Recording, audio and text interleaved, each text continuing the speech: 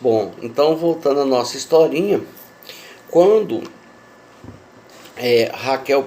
Rebeca percebeu que aquela situação estava muito complicada, ela então pega Jacó e manda Jacó para as terras de seu parente Labão.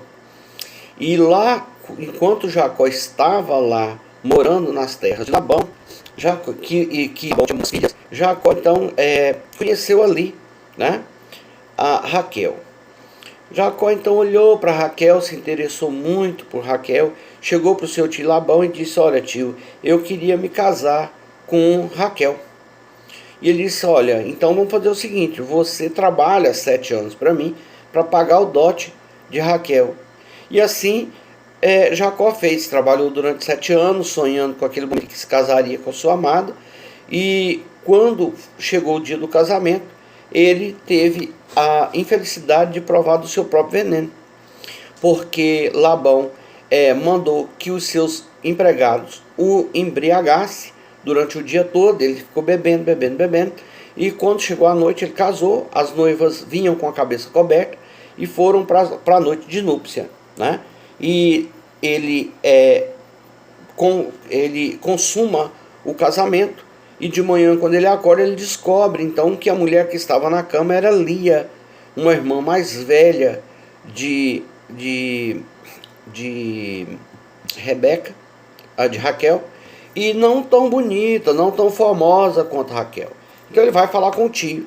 E ele disse: olha, tio, não foi esse o combinado, né? Eu trabalhei 7 anos e chegou lá na hora eu recebi outra. E ele disse: não, mas é porque Lia era mais velha, eu não podia casar Raquel sem antes casar Lia. Agora você trabalha mais 7 anos e aí você casa com Lia.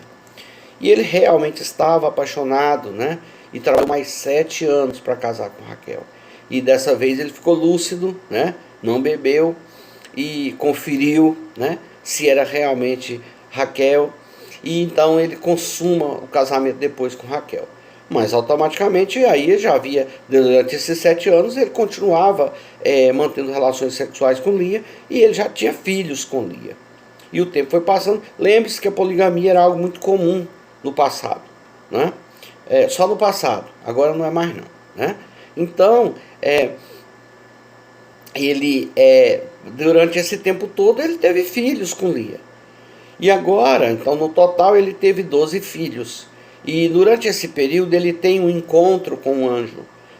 Lembrando que ele volta para sua terra, né? Depois que ele se casa com Raquel, ele volta para sua terra. E tem uma história muito bonita, porque quando ele chega às margens do rio, ele manda avisar o irmão, né, que ele estava chegando. E o irmão, né, já veio preparado, pensando que ele tinha vindo para armar uma guerra, né, já que ele havia fugido. E o irmão vem encontrar com ele, né, às margens do rio. E quando eles se encontram, né, às margens do rio, Jacó se ajoelha aos pés do seu irmão e pede perdão pelo que ele fez. E aí eles se reconciliam e passam a viver todo mundo ali.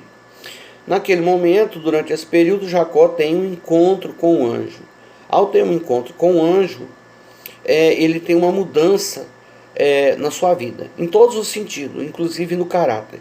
Então ele muda, e ele muda de nome também. A partir desse encontro com o anjo, ele passa a se chamar não mais Jacó, né? Porque tem esse significado de usurpador, passa a se chamar Israel.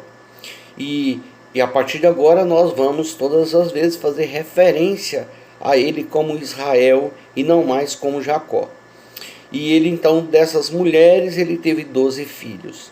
Desses 12 filhos, né, apenas 2 eram filhos de Raquel, só José e Benjamim. E José, ao nascer, ele tinha uma preferência nítida do pai. O pai tinha uma preferência nítida por ele, a julgar pelos seus outros irmãos, né, que eram filhos de Lia. E mais uma vez a história da preferência atrapalhando as relações. E José era muito inteligente, o pai deixava muitas coisas na mão de José, e José então administrava, ia onde os irmãos estavam, fazia contagem das ovelhas, trazia para o pai, contava como é que estava a situação ali, e ele então automaticamente precisava contar para o pai algumas infrações que muitas vezes os irmãos cometiam. Isso gerava muito ressentimento entre os irmãos por ele ficar contando as coisas para o pai. José tinha sonhos, esses sonhos, num desses sonhos ele chegou para o pai e falou para o pai: olha pai, eu sonhei, né, que eu ficava no centro e os meus irmãos todos chegavam até mim e debruçavam feixes de trigo diante de mim e se curvavam diante de mim. E depois, nesse mesmo sonho, o Senhor também chegou e se curvou diante de mim. Quando ele fala para o pai que o pai se curvou diante dele, o pai fica muito aborrecido. E o pai diz para ele que aquilo ali não era certo, que ele jamais iria se curvar diante do filho, né? Autoridade, lembre-se que nós estamos numa sociedade patriarcal, né? Então o pai também repreendeu o filho por aquilo que ele havia dito. O tempo se passou e continuava a relação desgastante entre os irmãos. Até que num determinado momento, Israel manda fazer, Jacó, né, que agora nós vamos chamá-lo de Israel, manda fazer uma túnica de várias cores para José. Ele dá aquela túnica. E José, claro, como jovem que ele era muito jovem ainda, ele começa a se apresentar com aquela túnica, né? Começa a ostentar a túnica na frente dos filhos, né? É como se fosse um iPhone nos dias atuais, né? E ele começa então a ostentar aquela túnica diante dos irmãos, e aquilo gerou muito desentendimento e aborrecimento entre os irmãos. Num determinado momento, os irmãos então pensaram numa maneira de se livrar dele. E eles então estavam no campo, e José vem até o campo amando do pai. E quando chegou lá no campo, ele viu, né, algumas irregularidades. Eu não me lembro bem exatamente, mas acho que eles haviam matado uma ovelha para comer, alguma coisa assim.